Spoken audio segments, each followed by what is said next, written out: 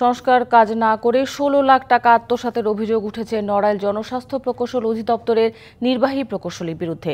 পৌরসভার প্রত্যয়ন জাল করে ট্রিটমেন্ট প্লান্ট এবং ড্রেন মেরামতের নামে ঠিকাদারের যোগ সাজশে এই অর্থ তছরুপের ঘটনা ঘটে। বিষয়টি স্বীকার করলেও প্রকৌশলীর দাবি এটা অনিয়ম হতে পারে, তবে দুর্নীতি নয়। ২০২২ সালের জুনে জনস্বাস্থ্য প্রকৌশল অধিদপ্তরের নির্বাহী প্রকৌশলী SM. Abu Saleh treatment plant এবং ড্রেন মেরামতের জন্য আনিসা এন্টারপ্রাইজের সাথে ১৬ লাখ টাকার চুক্তি করেন। দরপত্রের শর্ত অনুযায়ী ৮ দিনের মধ্যে মেরামত শেষ করার কথা, কিন্তু কাজ না করলেও ঠিকাদারকে বিল পরিশোধ করেন নির্বাহী প্রকৌশলী।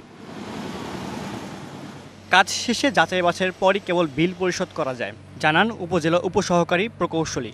নিয়মের ব্যত্যয় হয়েছে। নিয়ম তো উপজেলার অফিসাররা বিল প্রস্তুত করবে, নির্বাহী প্রকৌশলী সেটা যাচাই বাছাই করে উনি বিল পরিশোধ করবে অথবা করবে না।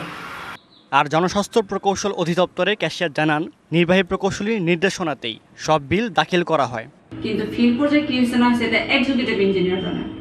এদিকে কাজ না করেই প্রত্যয়ন জাল করে টাকা উঠিয়ে নিয়েছে নির্বাহী প্রকৌশলী, দাবি পৌর কর্তৃপক্ষের।